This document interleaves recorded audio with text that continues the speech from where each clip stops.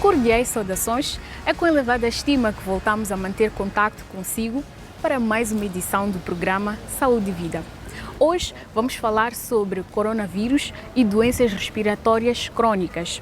De acordo com a Organização Mundial da Saúde, pessoas que apresentam algum tipo de problema respiratório crônico fazem parte do grupo de risco para o coronavírus.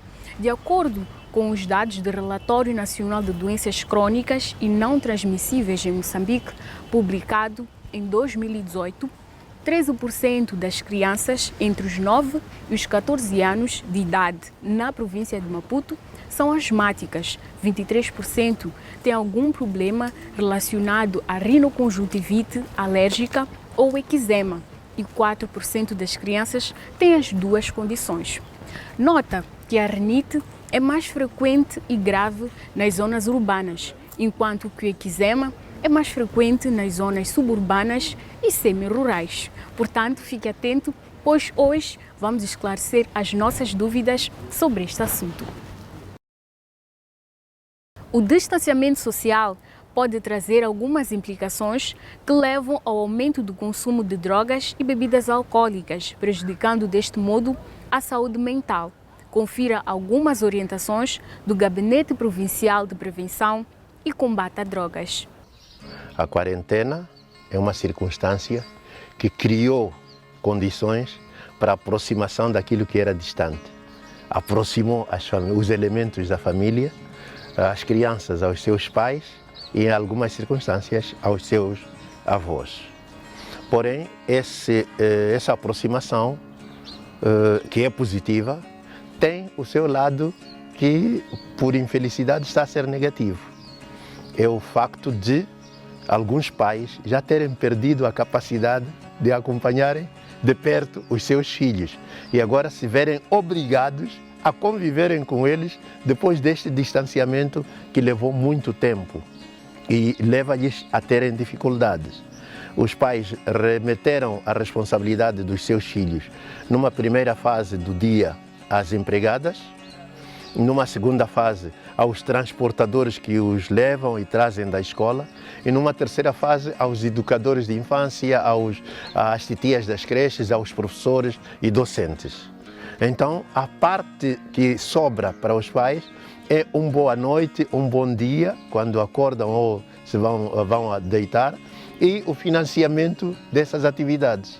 Agora, um convívio próximo quase que está distante. Mas o que interessa ao gabinete, em tanto que Gabinete de Prevenção e Combate a Drogas, é um aspecto negativo em que alguns pais estão a embarcar. Alguns pais não conseguem acompanhar a velocidade e a agitação das suas crianças. E para conseguirem estar ausentes, estando no meio delas, preferem duplicar ou triplicar a dosagem de medicamentos que em receita médica são dados em uma unidade. E eles, para conseguirem os seus objetivos de dormir assim como pedras, duplicam ou triplicam. E quando fazem isso, já estão a enveredar por um comportamento ilícito, por um consumo ilícito de estupefacientes.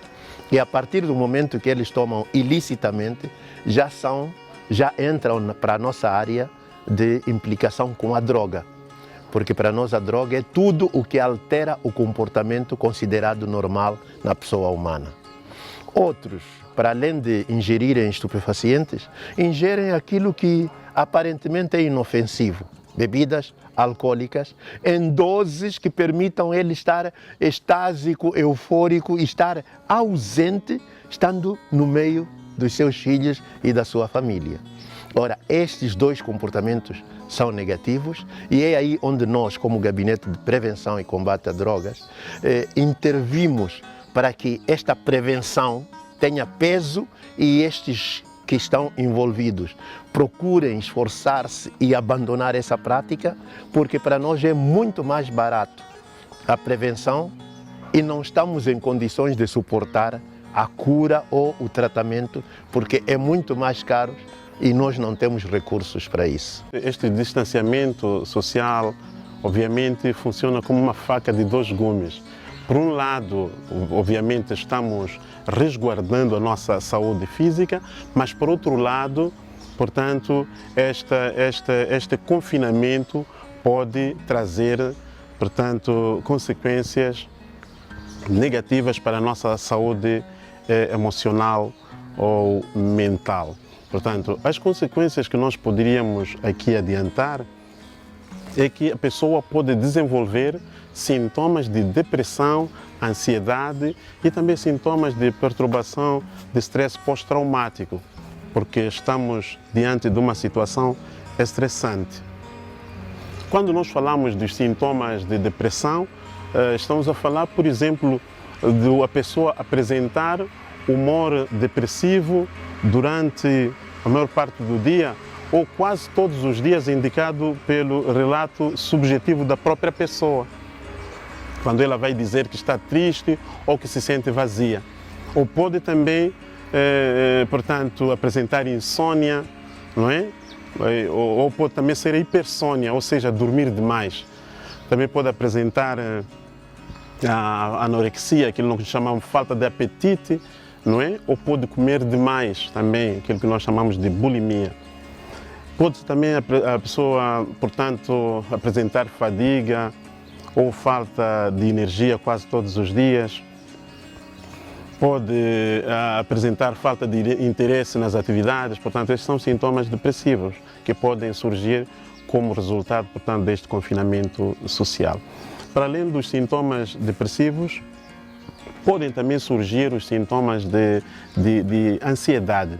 Ansiedade, quando nós falamos de ansiedade, é um medo, é uma apreensão, cuja causa às vezes a pessoa não sabe exatamente precisar. E esta ansiedade psíquica, este medo, esta ansiedade psíquica pode ser acompanhada por uma ansiedade somática, ou seja, sintomas corporais. Náuseas, perturbações gástricas, a pessoa pode, portanto, ter palpitações, portanto, pode apresentar sudorese, tremores, etc. Portanto, de uma maneira geral, portanto, este confinamento pode, obviamente, trazer alguma uma implicação negativa na nossa saúde mental. É lamentável que a quarentena tenha vindo de uma forma má, mas vem nos reunir cada vez mais. Então, eu acho que o mais importante é que a gente reúna-se mais, a gente converse mais.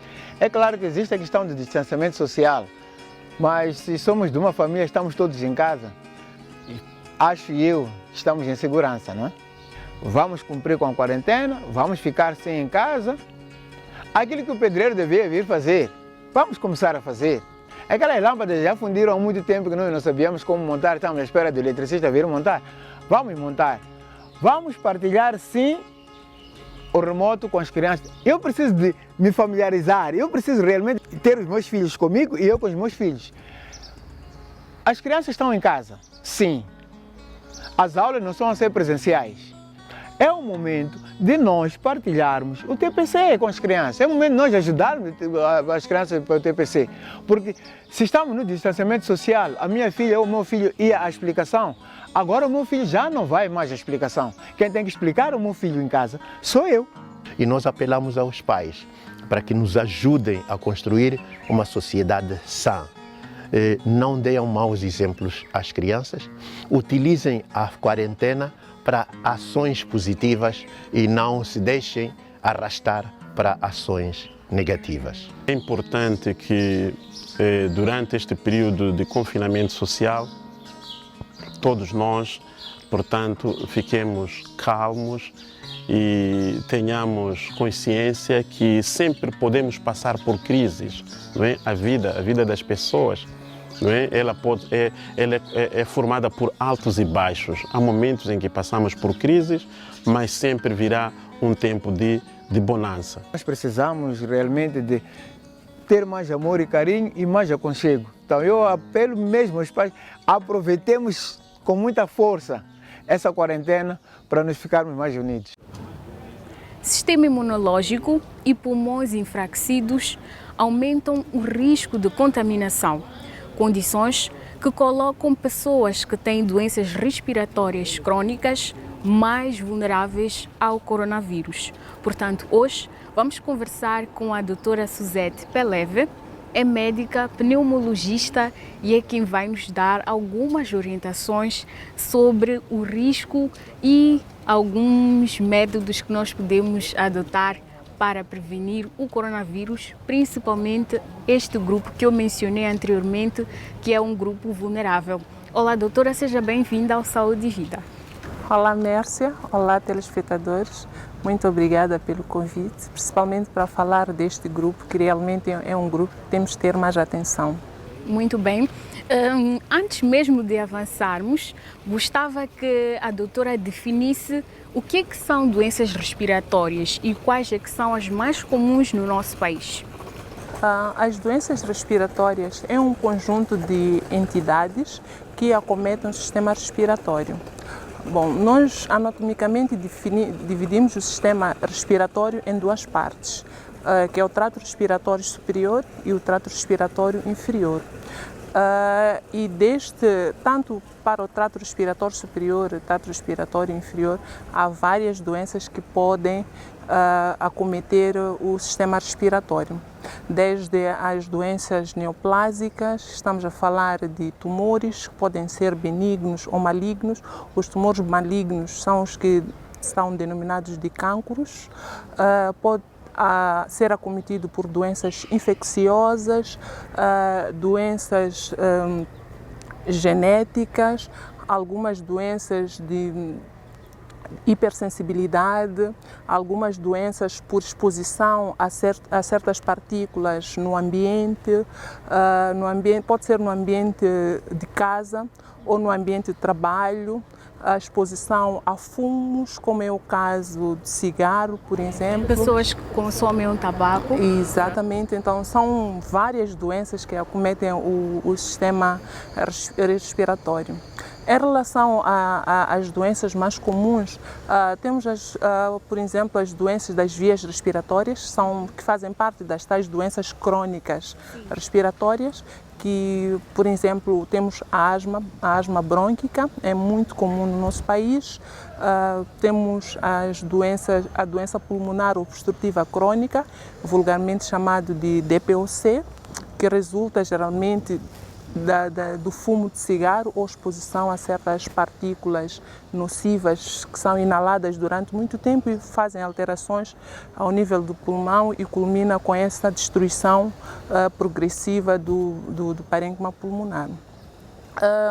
Temos as doenças infecciosas, que também são um grande grupo ao nível do nosso país. E essas doenças infecciosas podem acometer desde a parte superior do sistema respiratório, falando concretamente das fossas nasais. Podemos encontrar as rinites, que podem ser alérgicas ou infecciosas. As infecciosas geralmente são virais. Podemos encontrar as infecções dos seios perinasais, que são as sinusites. São muito bem conhecidas entre nós. E são muito comuns. Podemos encontrar as faringites, que é a infecção da faringe. E também as faringites são infecções geralmente virais, mas também podem ser bacterianas ou de outra causa. Podemos encontrar as laringites. As laringites também, a maior parte, são infecções virais. Antes das laringites, temos ao nível da faringe mesmo as amigdalites. Que é outra condição muito comum. Exatamente, que é a infecção das amígdalas. Geralmente, as amigdalites podem estar associadas às adenoidites, que são infecções das adenoides. E essas infecções são mais comuns na criança, na infância. À medida que as pessoas crescem, essas infecções tendem a diminuir. Encontramos as laringites, que geralmente também podem ser virais, mas podem também ser de outra causa. E ao nível do trato respiratório inferior, as infecções mais comuns temos as infecções bacterianas. Temos a pneumonia, a broncopneumonia. Podemos também encontrar infecções causadas por micobactérias, que é bastante comum ao nível do nosso país, que é a tuberculose. Também existem algumas outras infecções por parasitas, que são menos comum, mas que não deixam de existir. Muito bem. E quais são os riscos que estas pessoas que têm estas doenças, é um leque de doenças respiratórias que a doutora fez menção aqui. Quais são os riscos que estas pessoas estão expostas ao contrair o coronavírus, tendo em conta que já tem uma doença primária que acomete, podemos assim dizer, as vias respiratórias? Então, Mércia, o risco de contrair coronavírus é igual para todos nós. Agora, o que muda é a resposta que o nosso organismo vai dar em relação à presença de infecção. Então, reparemos uma coisa. Os doentes com asma brônquica de difícil controle ou os doentes com doença pulmonar obstrutiva crônica, que é DPOC, ou doentes com tuberculose, ainda em tratamento, ou doentes com sequelas de tuberculose. Temos um grande número de doentes que já não têm tuberculose, mas que têm sequelas de tuberculose. Então, essas pessoas já têm uma condição em si que já vai diminuir a disponibilidade do oxigênio no seu organismo. E nós também sabemos que o sistema respiratório também produz algumas substâncias que ajudam na imunidade. Então, essas pessoas já vão ter, antes de mais nada, já vão ter esse componente diminuído. Então, tem tendência a desenvolver doença mais grave. O coronavírus, por exemplo, se tem uma infecção por coronavírus, a tendência é de desenvolver quadros mais graves, porque é como se fosse por adição. Já tem a doença de base, que pode ser grave, e também a infecção por cima. Mas, de uma forma geral, não olhando só para o vírus, este vírus, o novo coronavírus, as infecções virais, outros vírus, por exemplo, influenza, também tendem a exacerbar qualquer doença respiratória pré-existente. Muito bem. E quais são os cuidados específicos que as pessoas com doenças crônicas respiratórias devem ter no seu dia a dia para proteger não só do coronavírus, mas de várias outras infecções? Os cuidados específicos, primeiro são os cuidados gerais.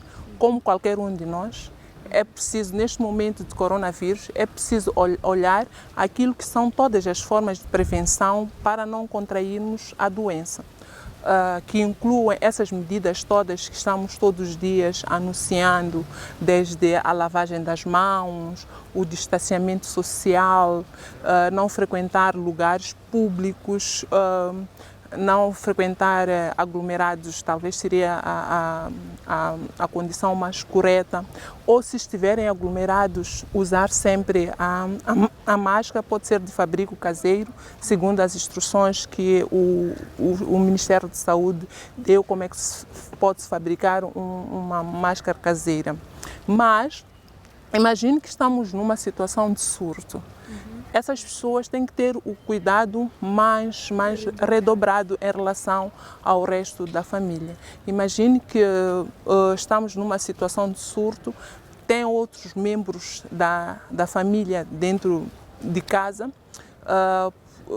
temos que evitar com que essas pessoas se exponham mais à rua, por exemplo.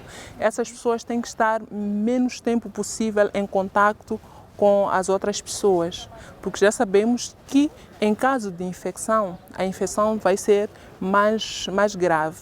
Também aconselha-se, por exemplo, se não é aconselhável, neste momento, juntar essas pessoas com doença pulmonar crônica grave, assim como os idosos, e colocar no mesmo sítio com crianças, por uma razão muito simples.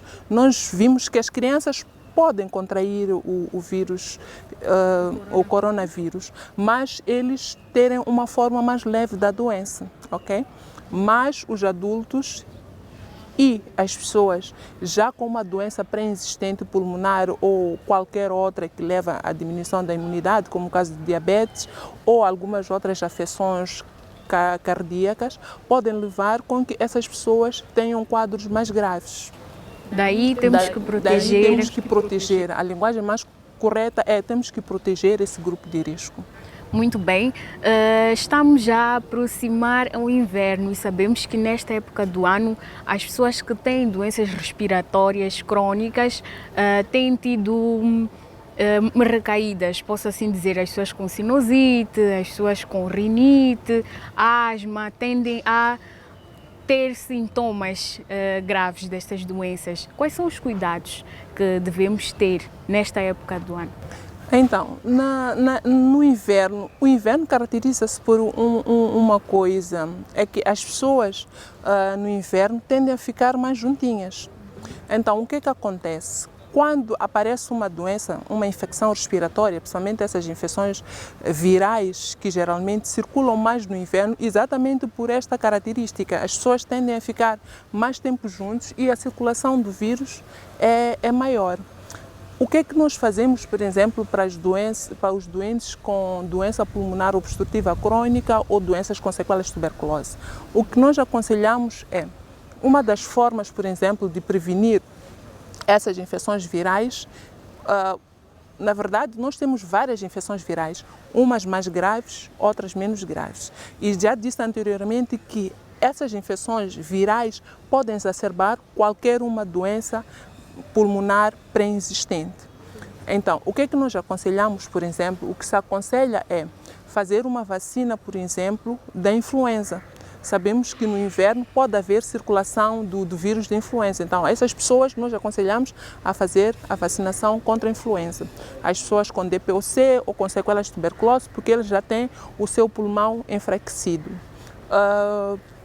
Aconselhamos a não estar em aglomerados. Então, é preciso sempre evitar, mesmo em condições que não tenhamos Covid-19, é preciso estar sempre em locais com poucas pessoas, em locais bem ventilados, porque não só as doenças virais é que exacerbam essas condições, mas também tem outras condições, por exemplo, as poeiras. A poeira é a causa principal de exacerbação de uma asma, então temos que aconselhar essas pessoas a estarem em locais abertos, arejados, não locais fechados, e evitar sempre aglomerados. Muito bem. Tendo em conta que alguns sinais e sintomas da Covid-19 assemelham-se a de uma gripe, quando é que nós devemos nos dirigir ao hospital e quando é que nós podemos ficar em casa? Porque muitas vezes apresentamos sinais e sintomas e as pessoas neste momento estão muito alarmadas, estão muito preocupadas com esta questão da Covid-19. Como é que deve ser o nosso comportamento face aos sintomas? Então, realmente os sintomas de infecção por novo coronavírus pode ser semelhante ou é semelhante a qualquer gripe comum. Quando é que nós diferenciamos? Exatamente para poder se diferenciar, a OMS traçou alguns critérios que nós chamamos de definição do caso. Então, nós seguimos a definição do caso para decidirmos a quem testar e a quem não testar. Então, para a pessoa comum, se, por exemplo, apresenta febre, tosse, e esta pessoa nunca esteve em contato com ninguém que teve Covid-19 ou nunca fez uma viagem recente para alguma área onde está descrita transmissão da doença, ou nunca esteve em contato, por exemplo, no hospital, estou a falar de pessoas que possam provavelmente trabalhar no hospital, nunca teve contato com material no laboratório e que apresenta estes sintomas, provavelmente esses sintomas podem ser de uma gripe comum. Agora, a OMS definiu critérios. Por exemplo, se uma pessoa apresenta esses sinais, febre, tosse ou um outro sinal respiratório, enquanto tem um historial de viagem recente de uma área onde está descrita a transmissão da doença, ou esteve em contato com um caso confirmado de Covid-19 ou um caso provável de Covid-19, ou essa pessoa trabalha no hospital, já manejou produtos, amostras de laboratórios relacionadas ao Covid-19 e apresenta esses sintomas no intervalo de 14 dias após a exposição, essa pessoa é suspeita de Covid-19. Realmente tem muita gente em pânico porque esses sintomas são iguais. Então, as pessoas têm tendência a ter tosse e logo pensar que tem Covid-19 e vão ao hospital. O hospital não são testados e ficam um bocadinho frustrados. Mas nós seguimos aquilo que são as recomendações da OMS para a definição do caso. Algumas situações que nós testamos os doentes sem que obedeça esses critérios que eu já me referi anteriormente. Se de repente, aqui, por exemplo, aqui no hospital, me aparecer um indivíduo com pneumonia grave que precisa de hospitalização, mas que eu não consigo justificar essa pneumonia por uma outra etiologia. Isto quer dizer o quê? Se não é uma pneumonia bacteriana, não é uma pneumonia de nenhuma outra causa, mas que a doença requer hospitalização e a doença apresenta-se de forma mais grave. Então, essa pessoa também tem indicação para fazer o teste de Covid-19. Em relação às outras pessoas, se apresentam sintomas, tosse, febre e sem esse historial que contei antes, não precisam se alarmar, é gripe comum, fica em casa, fazer as medidas habituais. Muito bem. E qual é o tratamento da Covid-19 para quem está em casa e tem sintomas simples e ligeiros e aquele que está hospitalizado, ou seja, está fazendo o tratamento em ambulatório? Sabemos que no momento não tem cura, não temos alguma vacina, mas há registro de muitos casos de sucesso de recuperação da Covid-19. Então, o tratamento ainda anda à volta de uma penumbra. Não temos o tratamento ideal, não existe nenhuma linha específica para o tratamento de Covid-19. O que é que cada país faz? O que os países estão a fazer é ler muitos artigos e ver quais são os medicamentos que mostram alguma evidência ou que mostram alguma melhoria nos doentes após a utilização desses medicamentos. Na verdade, até este momento não existe nenhum medicamento que foi traçado, que foi criado específico para a Covid-19. O que está-se a fazer é tentar usar os medicamentos já existentes para tratar Covid-19. Isto é, não passa de experiências. Experimentar este medicamento se serve, experimentar o outro medicamento se serve ou não.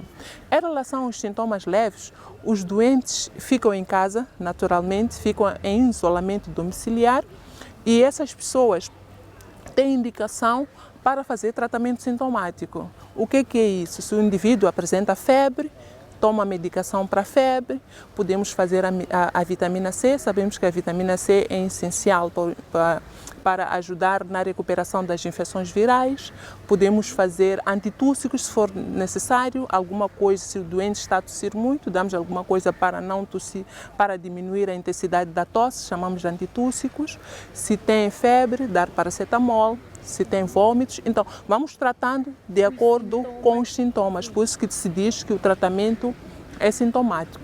Em relação às pessoas hospitalizadas, o tratamento, os protocolos variam de país para país, como eu disse. Cada país vai adotando aquele protocolo que acha que é mais eficaz segundo as evidências. E também é importante salientar que mesmo essas evidências, esses artigos existentes, são artigos feitos com muito pouco tempo. Então, não são artigos censurados. Então, e as pessoas escrevem, publicam. Então, é importante também seguir aquilo que são as orientações da OMS. Além das orientações da OMS, é preciso ver quais são os artigos mais fiáveis, olhando para o jornal onde o artigo foi publicado, e tentar ver qual é o medicamento que se encaixa melhor para a minha situação. Importante, tendo em conta sempre as características da população e também ter em conta as características pré-existentes, isto é, ter em conta as comorbilidades, ter em conta as doenças que o indivíduo já tem. Muito bem. Doutora, estamos a chegar ao fim desta conversa. Gostava que, em jeito de últimas considerações, deixasse as últimas recomendações para os nossos telespectadores que nos acompanham neste momento. Muito bem. Nós falamos há pouco tempo que Covid-19 não tem tratamento. Então, neste momento, a nossa principal arma é a prevenção. Então, vamos seguir todas aquelas medidas divulgadas pelos órgãos de informação sobre a prevenção. Em especial ao grupo de doentes com doença crônica, o esforço deve ser redobrado. Os doentes asmáticos, atenção, não estou a falar de todos os doentes asmáticos, estou a falar dos doentes asmáticos que têm aquilo que nós chamamos de doença de asma de difícil controle. Doentes asmáticos que fazem tratamento já com corticoides, isto é, tomam corticoides para controlar a asma. Aqueles doentes asmáticos que as exacerbações não são muito frequentes, têm uma ou duas exacerbações ao longo do ano, esse conjunto de doentes não entra neste grupo, ficam fora. Então, estou a falar de doentes asmáticos de difícil controle, doentes que têm sempre crises numa semana, num mês, 3, 4, 5 vezes crise. Esses doentes devem tomar precauções mais redobradas. Usar sempre a máscara, lavagem sempre das mãos, não frequentar lugares públicos. Se frequentar os lugares públicos, deve estar sempre protegido. E uma coisa mais importante em relação ao uso da máscara, é importante, a máscara realmente nos protege, mas se nós não seguirmos aquelas recomendações que são dadas todos os dias nos órgãos de informação, a máscara deixa de ser protetora, porque a máscara deve essencialmente cobrir a boca e o nariz e temos que sempre evitar tocar a parte anterior da máscara. E se for uma máscara de fabrico caseiro, não esqueçamos, não podemos usar a mesma máscara em dias seguintes, antes da higienização. É preciso lavar, secar e ao secar a máscara tem que ficar no mínimo 5 horas expostas ao sol e depois engomar. É importante, ok?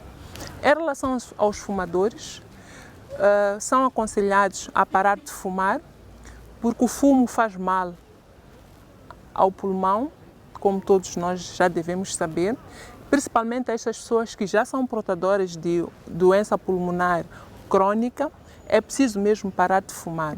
Em relação a outro grupo, asma brônquica ou doença pulmonar obstrutiva crônica, é preciso continuar a fazer os medicamentos recomendados. Todos aqueles medicamentos de prevenção não devem ser parados no contexto de Covid-19.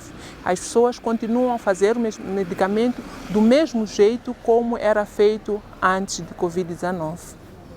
Muito obrigada, doutora, por estas recomendações. Acredito que os nossos telespectadores estão bem atentos, principalmente os doentes que têm algum problema respiratório crônico e a partir de hoje vão redobrar os cuidados para ficarmos longe da Covid-19. Doutora, até uma próxima oportunidade. Esperamos contar com a sua presença. Obrigada. Chegamos ao fim desta edição do programa Saúde e Vida. Foi um enorme prazer estar na sua companhia e poder partilhar algumas informações para que possamos melhorar os cuidados com a nossa saúde. Já sabe que pode interagir conosco através das redes sociais, subscrever ao nosso canal no YouTube e ficar a par de todas as novidades do programa Saúde e Vida, mandar as suas dúvidas e perguntas para o nosso grupo do WhatsApp, igualmente no nosso Facebook e poder estar pertinho de nós. Já sabe, não se infecte por negligência com o Covid-19 e se o fizer, não permita que este vírus se alastre. Vamos todos cuidar da nossa saúde. Até uma próxima oportunidade.